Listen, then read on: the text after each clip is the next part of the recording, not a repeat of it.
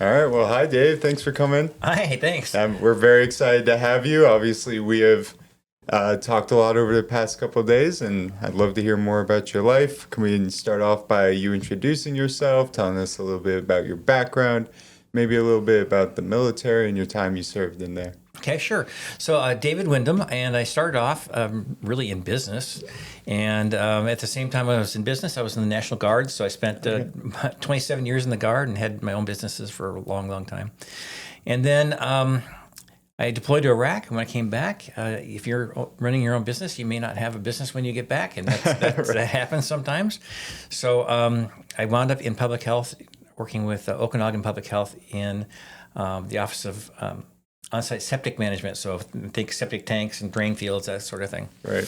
And I found that I really enjoyed public health. I just the whole thing in public health that excited me. I liked the science and the biology and the chemistry. And then I went to school, got my master's in health science, and went from there to managing health departments.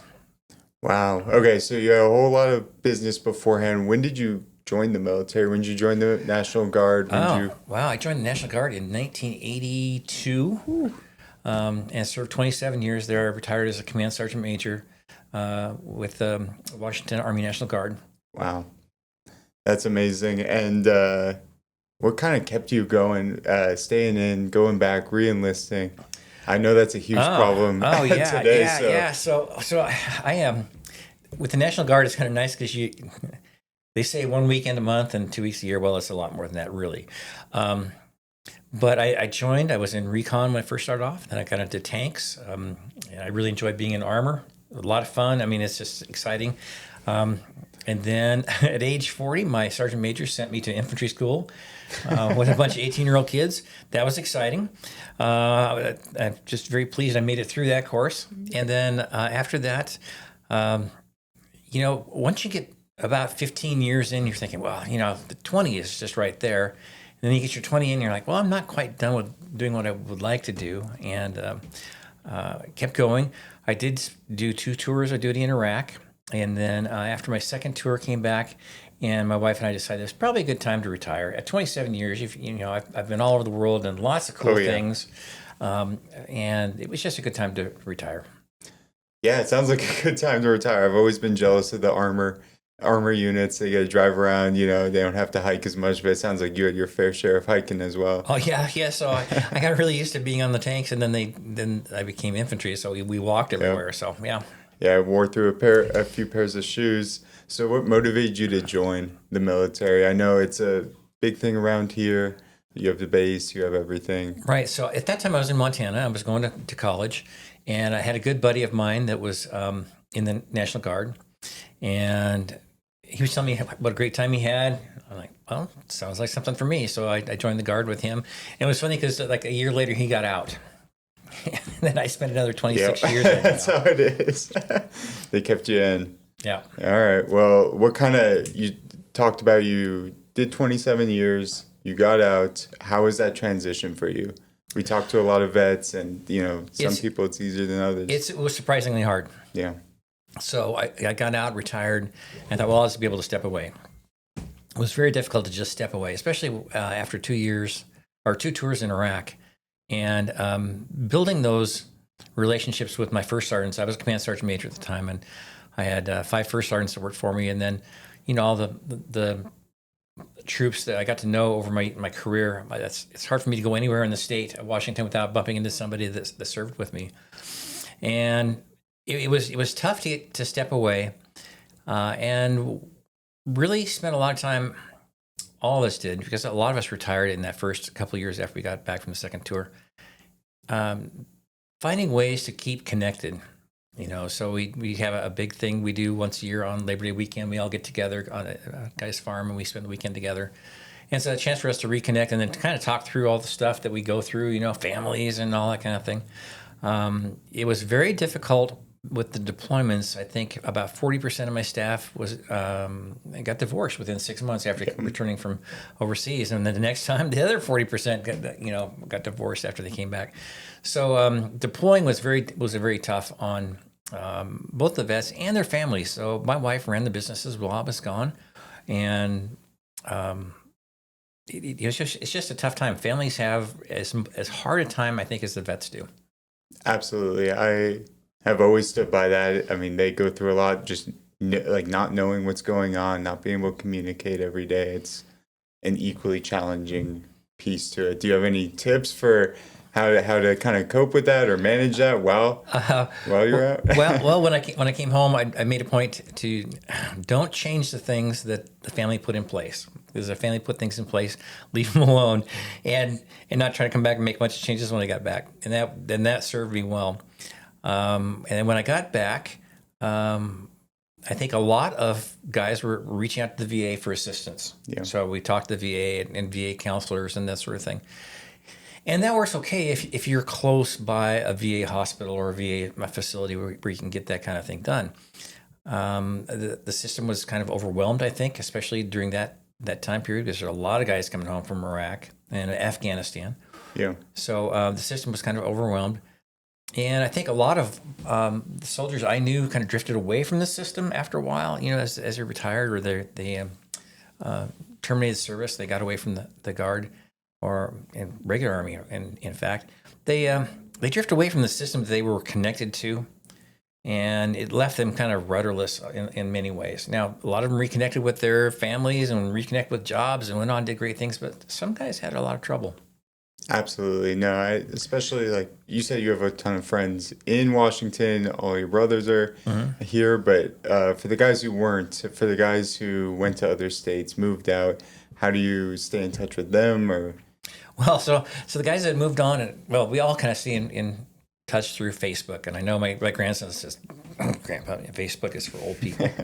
But it's for my guys. I mean, we stay in contact through Facebook. It's not a day goes by that I don't see we see each other on Facebook doing things and keeping up with families, and it does give us a way to connect.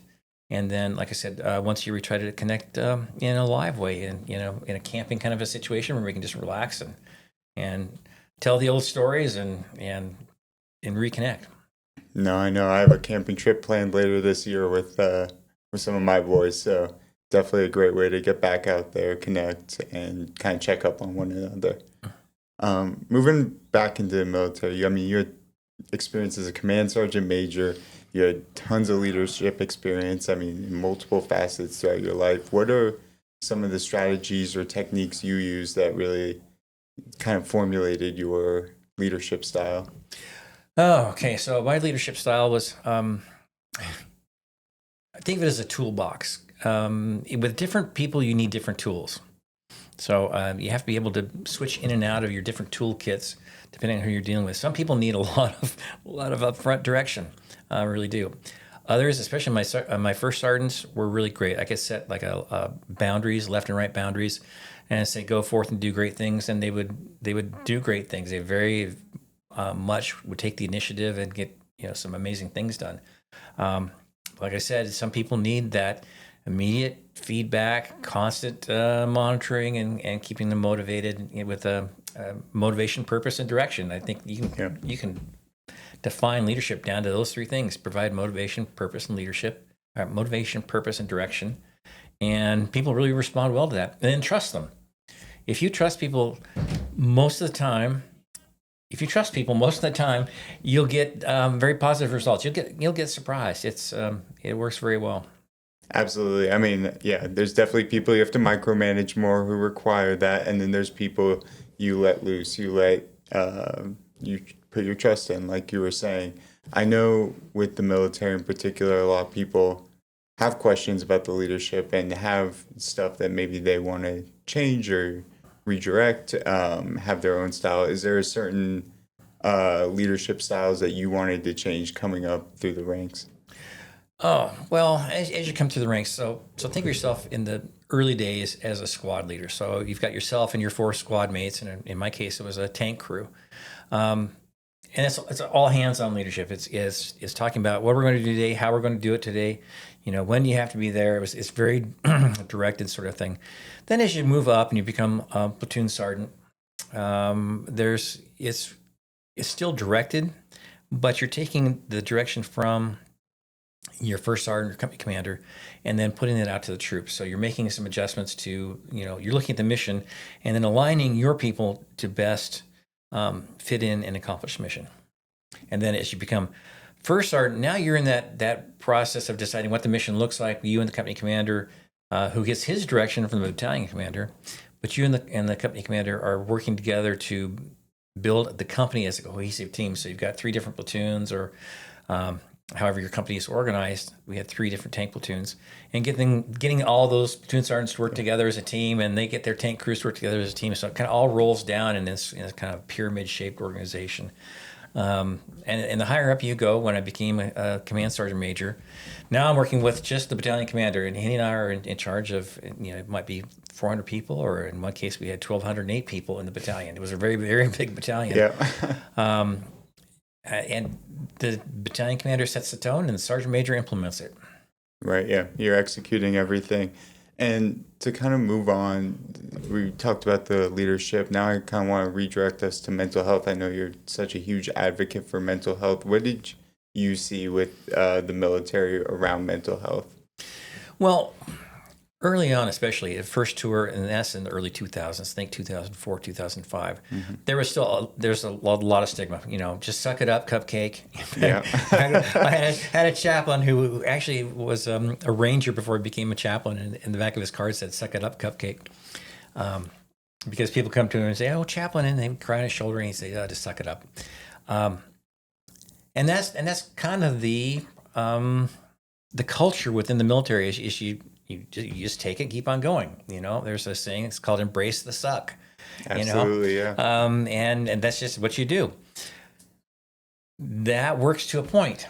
At a certain point, especially when you come back, and if you become disconnected from those people that are also in that same kind of culture, same kind of mindset, and you're turned loose in the civilian world, now you're in some ways rudderless and having to deal with the things you saw and dealt with while you're overseas in a way that's is not as supportive. People don't understand you. When I came back on leave in 2005, and I actually couldn't wait to get back to Iraq because the people I met here at home did not understand what we were going through over there. And it was just much more comfortable to go back with the people that were in my unit. Coming home, and you're dealing with civilians, and they work on a different set of rules. It was very comfortable in the military. Everybody was on the same sheet of music, same rules. It applied to everybody. You knew what was going to happen if you violated the rules. So that was comfortable. Being a civilian was a tougher adjustment to make. Absolutely. I run into that all the time. I mean, my friends tell me it's like you have so much structure in the military. It doesn't feel free necessarily. And you're like craving that. You're like, oh, I'm going to have all this time to do what I want. I can wake up on my own schedule. Don't have to wake up at 6 a.m. for PT, this and that. And you get out and you crave that structure. You crave that brotherhood and that connection. I mean, you walk next door and you see your best friend. And that really becomes hard and isn't something you realize until essentially you're out. Yeah, that's right. You get out and now you're looking at people who go home to their families at night. When we were, especially when we were deployed, you just went back to your barracks or your tent or your hooch or whatever you want to call it, and you hung out with the guys. So you're together 24/7 in many cases. Absolutely, and yeah, you don't really realize how it feels until you're away from that it is a huge part of your support system. And that's how I felt when I was in the Marine Corps, that it operated. We had systems set up, you could go see chaps, you could go to the Oscar, you had these resources, but no one used it. I mean, there's a ton of stigma around it. Mm-hmm. It's not just that knows you're going and getting mental health. It's your entire platoon will get word. I mean, everyone has to know to a certain extent, and it becomes an issue. So a lot of times I feel like, drinking 30 beers and then talking to your boys was the way they would get that out. So are you looking for maybe a reformation of some of the mental health, like stigma surrounding it? Yeah. So when I came back, I thought, well, as a sergeant major, I should probably set the example. So I went to the VA and sought out some counseling. I mean, it's always a good idea, when you're trying to reintegrate. A little marriage counseling doesn't hurt anything. And then I found the VA was not as well prepared at that time to deal with those things. Now Now, after my second tour, it was better. I think the VA had gotten kind of into the swing of that and understood more about what was going on with soldiers as they came back and the stresses that they would have. That I think this time with the our Iraq and Afghanistan operations, the soldiers were way more supported than they were, say, coming out of Vietnam. So I came into the Army right at the end of the Vietnam era. And a lot of the vets really had problems, and they wouldn't seek any help at all. And I think the longer we got into Afghanistan and Iraq, the more soldiers were able to and willing to go seek out some help and just get some advice at the very least. Right. So you think it's improved over time? You think the mental health resources have, and just the culture around it has drastically improved since when you first got into more recently? Oh, I think so. Across the military, when I first came into the military in the early 80s, you had a lot of folks that were your NCOs came out of Vietnam. Yeah. And the mindset was completely different than those who came back from Iraq as NCOs and senior NCOs and were much more supportive of troops and were able to see those things that were going on and would help by stepping in and talking to troops and getting them connected with resources. And there were just plain more resources when we came back. And you had the veterans groups like the VFW, the American Legion, those folks all stepped up to say, we have resources, or let's find resources for troops and get them some resources. So what do you think is still missing? Where's that gap that we need to fill in? I mean, there's still so many veteran suicides. There's problems with substances. Like, where do we need to really hone in on that gap, in your opinion? Well, a lot of that, I think, comes back to resources, as I mentioned. And the more rural you become, the fewer resources you have. So the further away you are from a VA or a military base, the further you are from easily accessed resources. Yeah. So, and a lot of folks don't want to be seen as going to mental health care. So we're looking for ways that people can access mental health care, counseling, those sorts of things in a way that's remote. It's easy for them to get to. They're not having to drive. In the case of here in Western Washington, to get to any of the VA centers, you've got to brave I-5, and there's guys who just won't do that. They're just not going to drive I-5 to go to an appointment. So looking at other ways for people to connect is a great idea. And do you think this gap will be digital? You think putting up more on-site resources, kind of having an outreach is the solution? All of the above. Yeah, definitely. No, I mean, you go anywhere and like isolation is the biggest problem for rural communities, veteran or otherwise. Right. Just 2 hours to get to the VA. A lot of people don't have that time in their day. Right. When I lived in Central Washington, it was a 3-hour drive, 3.5-hour drive each way to the VA. So that just made it very difficult to get to appointments for any reason. I think now the VA has expanded more into communities, so they've got remote clinics that you can get to. So that's been a big improvement. So the VA has reached out and given us an opportunity to connect in our local communities in many ways. But there's still people that even in that case, you're still hours away from a community that has some of those clinics available. Right. So remote becomes a very good technology solution to working with mental health care and with, in some cases, even physical health. Absolutely. And do you have any strategies for kind of, you talked a lot about essentially kind of leaving that structure, leaving the VA structure, people drift away over time. Do you suggest reintegrating into it? Is there? Oh, yeah. Vets, we have those benefits. There are benefits that we paid for. We wrote that check, right?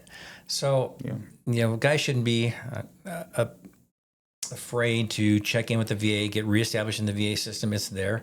And in every community, you have VFW, American Legion, Veterans of Disabled Vets will help connect veterans with those resources, either at the VA or maybe they have their own resources. But they're a vital connection to veterans getting those benefits that they're entitled to. They're very good at getting people signed up for disability and looking at all those things that will help vets improve their lives. Absolutely. And you talk about a very specific moment, like you come back from deployment, you're like, I'm going to go see a counselor. Can you expand on that a little bit? Like, what was the specific moment where you're like, mental health is something I need to put first, I need to put in the forefront? Well, yeah. So came back from deployment and being a command sergeant major and having it's a different personality that you put on when you put the uniform on. Yeah. That doesn't fly at home. So I tend to be very directive when I'm working with troops, and that just does not fly in the home household. So there was some time and some adjustment that I needed to do to get back into the mode of being a civilian, being a dad, being a husband, working through those things at home. So that was kind of a big shocker when the family's like, "You are a little too cranky there, Dad, and you need to just calm down a little bit." Yeah. And is this something you shared with your guys? Is this something you kind of did yourself, or is this something you promoted to the guys under you, them to Oh yeah, reach so out? it's something I did for myself. Obviously, Yeah. that was a great benefit. But it's something that I've always recommended. Get connected, get the trouble sorted out early before it festers and becomes a big problem. And I think that's a part of what happened with the high divorce rate. Yeah. People just try to struggle through on their own without getting any kind of advice, and and things just escalate, or they just or they go cold. The relationships go cold, and the values you have may have changed, and the standards you have may have changed, and it makes it difficult on a relationship. I think so much of the training revolves around making these second decisions, right? Hmm. And I mean, I don't know how many times I've been told like figure it out, and that's kind of you take it into your own life, and you do, for a sense, need to figure everything out, in the moment, and it does carry over into your family life. Oh So yeah, yeah. Sometimes the family does not want your solution. yeah, Thank you very much. And maybe it's just they want you to listen. And that was a big thing that I had to work on was, just sitting back, taking the time to listen and not just jump forward to a solution. And that was my natural instinct was to, all right, you have a problem. Well, let's solve your problem. Well, that's not necessarily the case. absolutely. And do you think this is like a cultural thing you want to see changed as we go forward in the military culture, or do you think it's something surrounding programs need to take into account more? I think it needs to remain in the military. You need to be able to make those decisions. And there's times when you have to make a decision and stick with it. Yeah, And it's you're not looking for every opinion in the battalion. right. I don't need everybody's opinion. We just need to get this thing done, and this is the way it's going to happen. Period. And that works. Doesn't work as well in the civilian world. Yeah, So when you come out of that mode, you have to pick up other tools to use. Like I talked about, develop those other tools in your toolbox and be able to use them when you need to. going back to your leadership style. So no, that's good to know that we need more support around addressing the specific culture that's coming out of the military and how to really kind of break through, offer that support, offer that guidance, but do in a way that we'll understand, do in a way that will transition easily with the culture. Mm-hmm.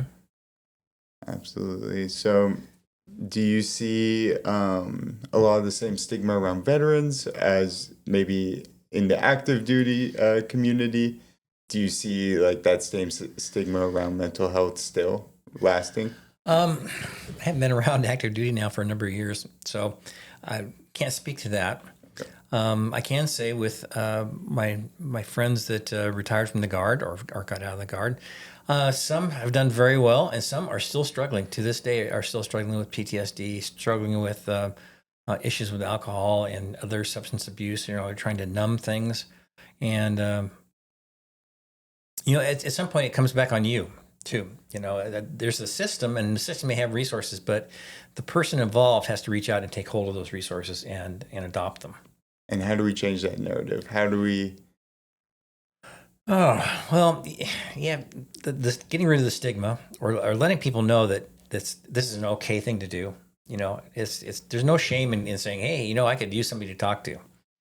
And a lot of times that's all it needs. You just need somebody to talk to and blow off some steam and and get some coping skills, and that's what a good counselor will do.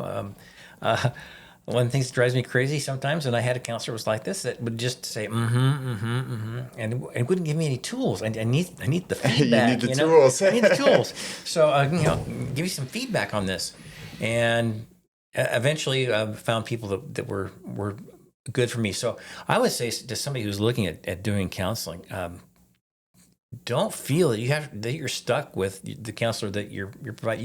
You can shop around and say this personality and I are not going to mesh, and let's find a different way of approaching this. Find a different person for me to talk to. Absolutely. And you talk so much about the tools. I love to hear some of your tools that you've developed over the years. Oh well. Okay, so if you're mad, count to 10. If you're really mad, count to 100, kind of thing. And try. A lot of guys will try to choke that anger down and just try not to appear angry. Well, that's not very healthy either. So, one of the things you need to do is to figure out how to let that kind of anger and those things, and they're very legitimate feelings, let them out. Find a way to deal with them in a positive way. So some guys like to run or sports or whatever. For me, it was things fishing and doing hobbies, that kind of stuff was my way to just step aside and be quiet for a while and kind of work through some of those things. Have your time where you can really clear your brain. Right. Yeah, no, absolutely. And was there a point where you were struggling to reach out, and what was that turning point?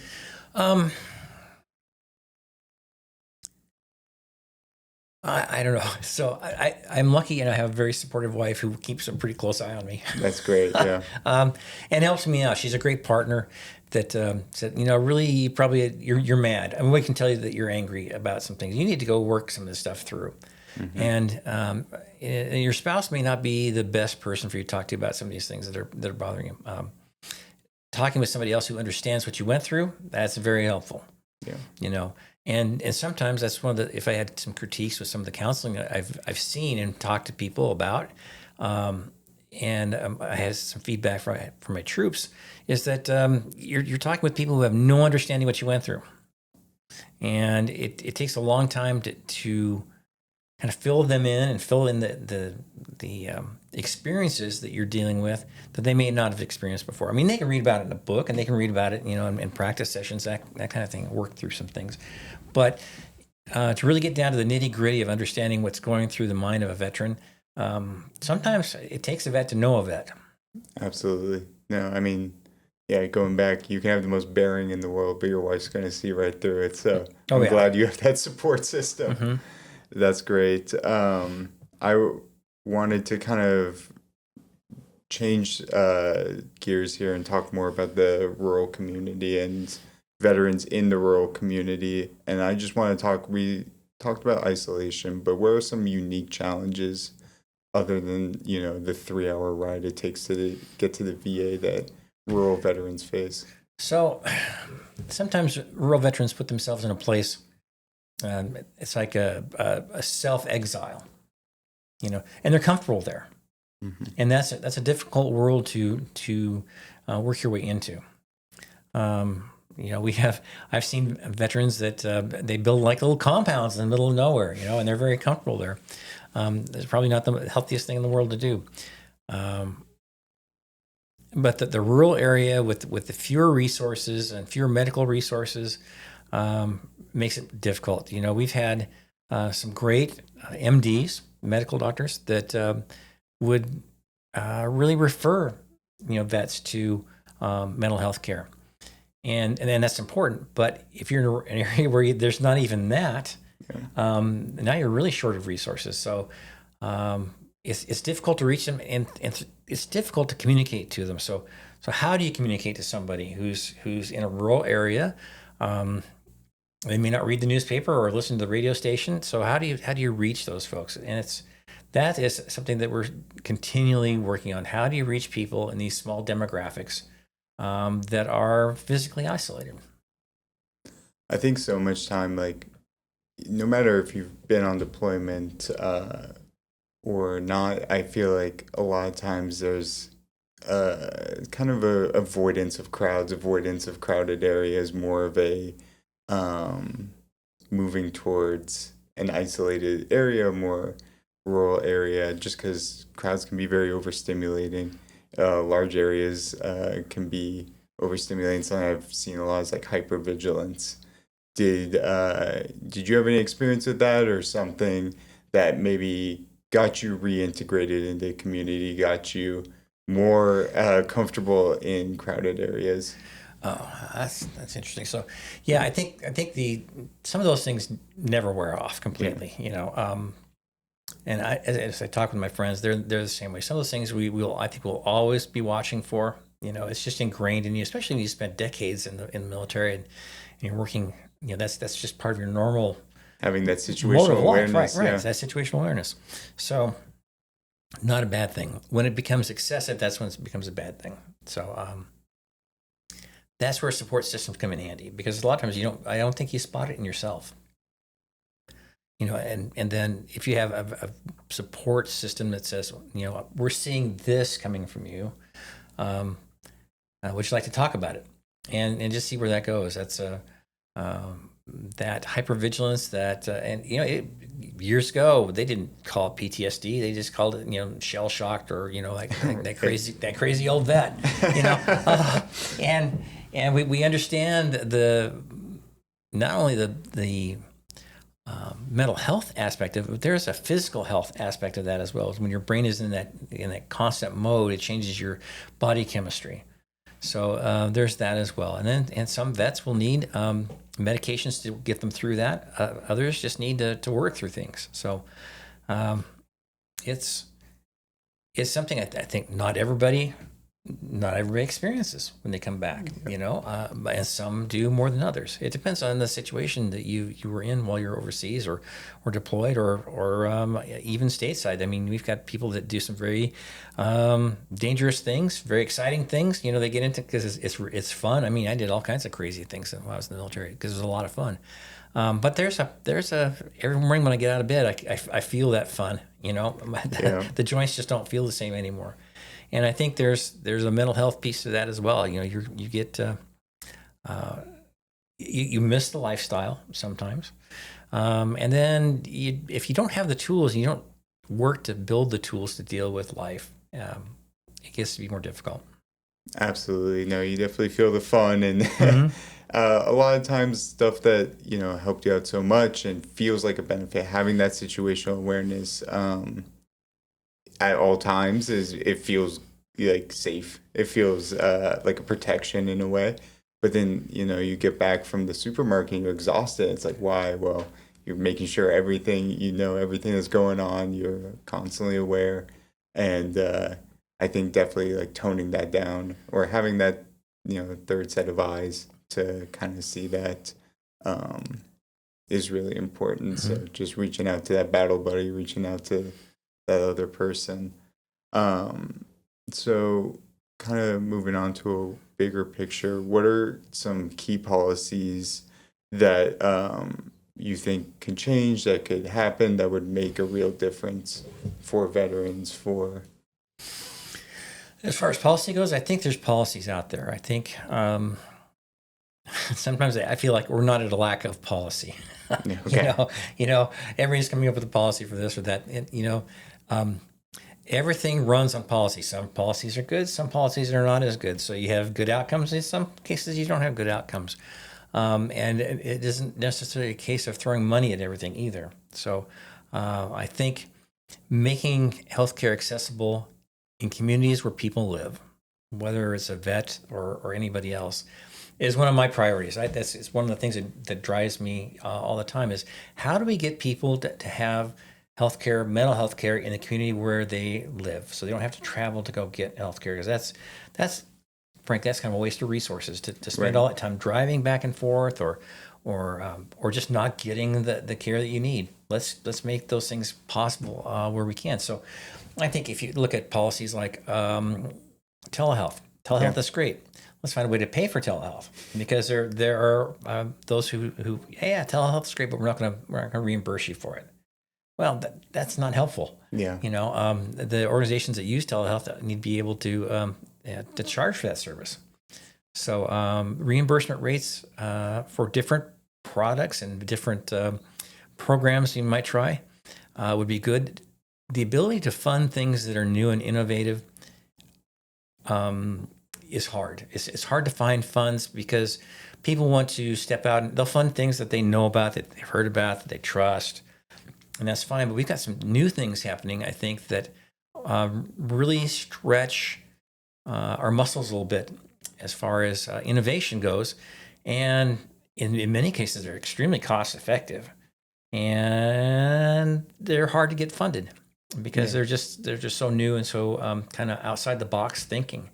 There are many people that are in the medical and mental health field that are really thinking hard about how can we make things as easy as possible for people to get the services they need. And that always comes faster than the legislative efforts that would go to support it. Right. So there's always that thing that lags behind, and that's that legislation, money always lags behind. And if anything, if you're interested in this kind of thing, I would say talk to your legislators. Go.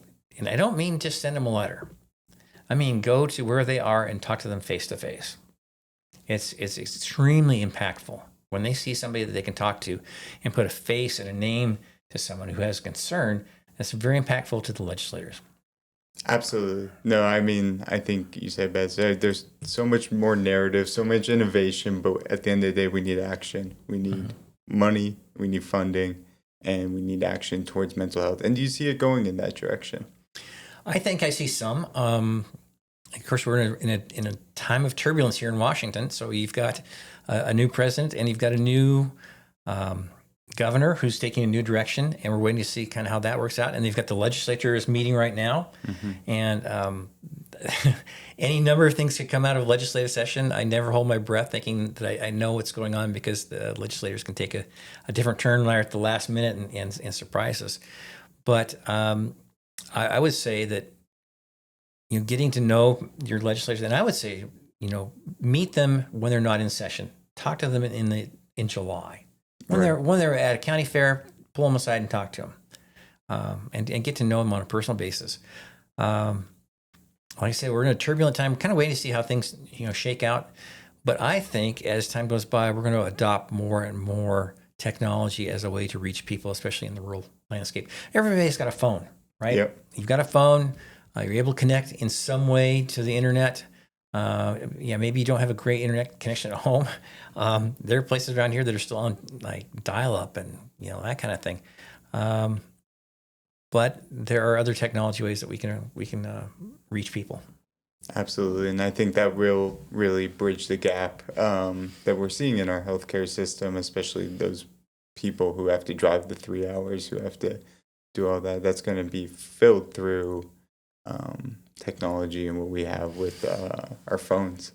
So for veterans specifically, who are struggling or may be not ready to seek help, kind of what would you say to them?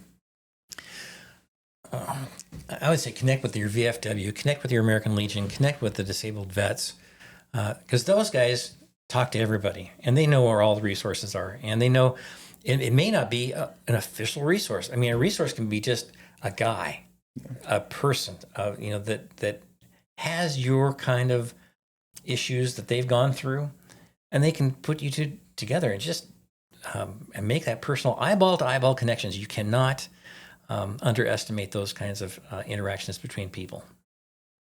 Absolutely. And then if you have any message to, any of the listeners that we have, what would you say? I know reach out to your legislatures, reach out and really go and talk to them. But anything else? I would say, in some ways you have to connect with yourself too. I mean, there's connecting with other folks, but connect with yourself. Figure out what it is that's lacking or that you're struggling with. Because sometimes if you can't you need to put a name to what's going on. And you can't say, I just feel bad. Well, what is it? Am I depressed? Am I anxious? What is going on? And that will help you figure out where you need to take the next step. So, and many people don't get there, and it's cognitively hard for them to get there. That's really a great first step. Yeah, absolutely. And For you, was it your wife? It was your wife that pushed you? Yeah, well, yeah, and my wife was always there for me. She's always been there for me. Family's always been there for me. But you're that spouse, whether you're a female vet or a male vet, that spouse can be your greatest reflection to talk to, and hopefully they're honest with you and will say that, you can use some help in what's going on. Right. They don't necessarily have to solve it, and I would say do not put your spouse in a place where you want them to solve your problem. I would say find somebody that will help you work through your problem. Yeah, it's that mindset where you have to take responsibility at the end of the day. I mean, people can point it out to you, but it's on you to kind of carry it the rest of the way. Right. No, you were talking about Stump the Chump. Yeah. Keep going with that. I was just saying that one of the things we did to relieve boredom, and boredom can be a big factor with mental health, especially in rural areas. But with my troops, we would play games on our combat vehicle as we were driving across Iraq. We called it Stump the Chump. We would give each other trivia questions, and it was a way to kind of deal with the boredom. I was talking with my mom last night, who's had a stroke and a couple of strokes, and she's in a rural community. And last night she's like, "I am so bored." Yeah. And that has a bearing on the mental health of people who live in rural areas. There's not a lot of stimulation sometimes that they have easy access to, so they sit and watch TV, and that becomes life, and that can become life for vets too. So. Things we need to keep in mind is how do you battle those other things that affect mental health as well? Boredom is a big one. Yeah. Depression is something that people think it's a lifelong thing, and maybe for some people it is, but for some people, most people, it's a time limited thing. So get the vet or the person through that period of depression, and sometimes boredom can lead to the depression. Just get them through that time period, and they recover, and everything's cool. Sometimes they just need help for a little while, and maybe just a little bit of help, and it's enough to turn things around. Yeah, it's a lot of time just getting through those tough spots. I like when you talk about that, my mind goes maybe to a hike. Like that feels like the worst time in your life when you're in the military and you're on a ruck march, you're on a hike, everything's hurting, your back's hurting, your feet's hurting, and it feels like it's taking forever. Like the biggest thing we used to do was just come up with little games where we start yelling at each other, anything to kind of pull your head out of how lame the situation is, how bad the situation is. Even if it's just for a couple minutes, it really resets people. And so, yeah, no, I really resonate when you're talking about sometimes it's just getting through those bored spots. Sometimes it's just getting through those particularly hard days. If you can, it's not necessarily approaching depression as a full mental health issue. Maybe it's a bad day. And you just got to get through those 24 hours. You just got to get through those 2 hours, maybe that 5 minutes. And right, really and to realize that tomorrow is the next day. You think of the song, "The sun will come up tomorrow." Well, sometimes it does come up tomorrow. The sun it is better the next day. Sometimes you just need to take a break and relax and take a step back from the problems that you're facing, and then look at it in a new way the next day. Yeah. And I think for mental health, especially in rural areas, I mean, I've always lived rural. I've loved it. It gives me the chance. I can step out my door and take a breath and relax. Where when I lived in places like Baghdad and other places along those lines, I didn't get that sense of relaxation that I do living in the rural area. So living in the rural area is really a treat. But it comes with its costs. You don't have access to everything. So sometimes you have to take a different approach. Absolutely. And I know for me it's food. So it's like I wait till my next meal. If I'm having a tough day, I'm like, well, I'm going to get lunch in 2 hours, and I look forward to that. Maybe for you it's fishing. I don't know what it is. It's that like breath of fresh air that you just get to go outside, have that 5 minutes. Yeah, just something, whatever it is, I try to stay away from food, because I tend to, when I get anxious, I tend to eat, and so that's not a good coping skill. It's better to take the dog and go out and play, in the yard for a while, and you come back in, you get the endorphins going, and life just looks better. Do something that makes your life feel better. Some people, it maybe is something as simple as just getting the car washed, and you walk in, hey, my car is clean. It looks pretty good. Just something, anything that is a positive step forward. It can be just tiny steps. Oh yeah, for my girlfriend, it's doing chores. I don't know how she does it, but chores are her relaxing time. Keep me away from. Oh, also ordering me to do chores. Oh, Giving me a task is a great way to help her relax. right. So, yeah, no, I think that's great, and there's so much beauty in rural areas. Like we talk about the problems or the isolation, but I mean, there's so much benefit to being out here in Shelton. It's really, really beautiful. Yeah, as we're sitting here, I'm watching the tree outside, and it's just completely full of little birds, and they're having a great day out there. It's not quite sunshiny, but they're having a great day, and that alone can cheer you up. Just look at the small things, look at the details that are out there, and it just puts you in a more positive frame of mind. Absolutely. No, I mean, I think it is the little things. For the longest time, my favorite thing was like the sunset or the sunrise. That, like, you have a good sunrise, and it's gonna be a good day. Yeah, I laugh when you talk about going on ruck marches. I see a meme that goes around the internet. You've never had a bad day on a hike. I'm like, I can think of a lot of bad days I've had. Oh my god, yeah. Hiking in the Army. That's a whole different story, whole different level of hike. And it's those experiences that allows a vet to reach out to another vet. Because you have those shared experiences. Absolutely. You've been to basic training. You've met that big, ugly, mean guy that met you at the bus. Everybody has that same experience. Yeah. When you got off and you had to stand on little yellow feet, when they were painted on the sidewalk. And we all have those common experiences. And I think that's a way for vets to connect with each other. I think that's probably one of the best things. If vets connect with each other, they have the common language, the common understanding, the background, the values are the same, and it makes things easier to connect that way. Yeah, absolutely. I mean, I don't know how many times I've talked to someone who's from a completely different time in the Army or Navy or Marine Corps, but yeah, I know we can all bond over a nice hike story. Yeah. It's those moments that are the worst while you're doing them that are the most fun to talk about afterwards. Right. Yeah, and I know anyone who's done a ruck march or a hike, you felt that. Yeah, and we've talked a whole bunch about, whether it's gun drills or ruck marches, just all the same experience. There's something about throwing someone off a gun. Yeah. That's so much fun. Yeah. Yeah, this is I think about it when I put it in terms of mental health. Your memories are good things, but when you share them sometimes with other people, they don't get it.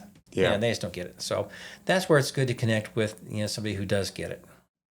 Absolutely. Yeah, I think because I've had friends before who I met in high school and stuff who obviously like I love to reconnect with, I love to talk to, but having that specific kind of lived experience it's really refreshing. And yeah, it doesn't have to be someone you directly served with. It can be anyone, and just sharing that lingo, sharing that those experiences that everyone's had who's served is a lot of fun. It's like a breath of fresh air. Right.